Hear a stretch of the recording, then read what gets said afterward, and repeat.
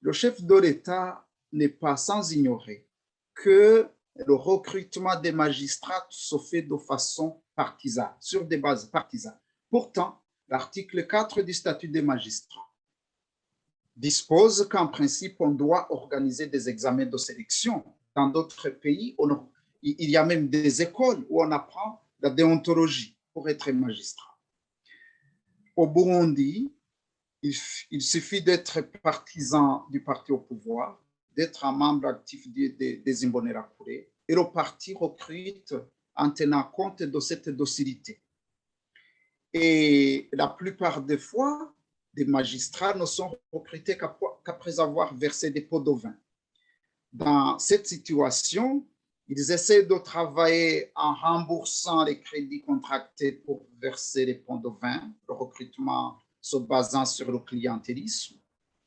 Et lorsqu'il s'agit de prendre des décisions, ils doivent essayer de décider dans le sens voulu par les responsables du parti au pouvoir qui les ont promis sans pourtant être compétents plus que les autres. Dans les promotions qui sont données, on ne tient pas compte de la compétence. Quelqu'un qui n'a même pas encore fini le stage de 2 ans se voit propulsé à des postes de haute responsabilité alors qu'il n'en est même pas à la hauteur.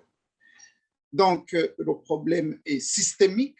Il ne faut pas que le président cantonne cela à une seule branche du système dans sa globalité. Bien plus, en 2013, à Gitega, il y avait eu des états généraux de la justice où tous les acteurs avaient essayé de suggérer les voies et moyens de sortie pour que le système judiciaire burundais soit indépendant. À la grande surprise de tout le monde, les conclusions de ces états généraux de la justice ont été confisquées par le gouvernement.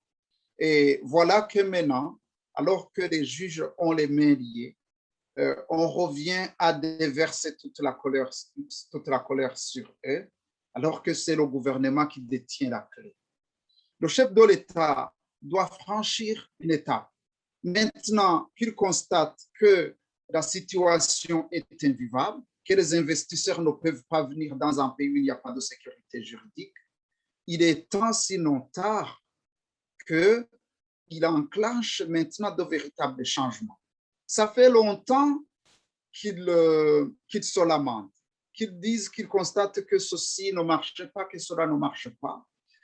Il est allé même jusqu'à évoquer le droit du peuple à se révolter lorsqu'un gouvernement est un gouvernement d'oppression. Je ne sais pas si c'est un aveu d'impuissance, mais il doit faire attention.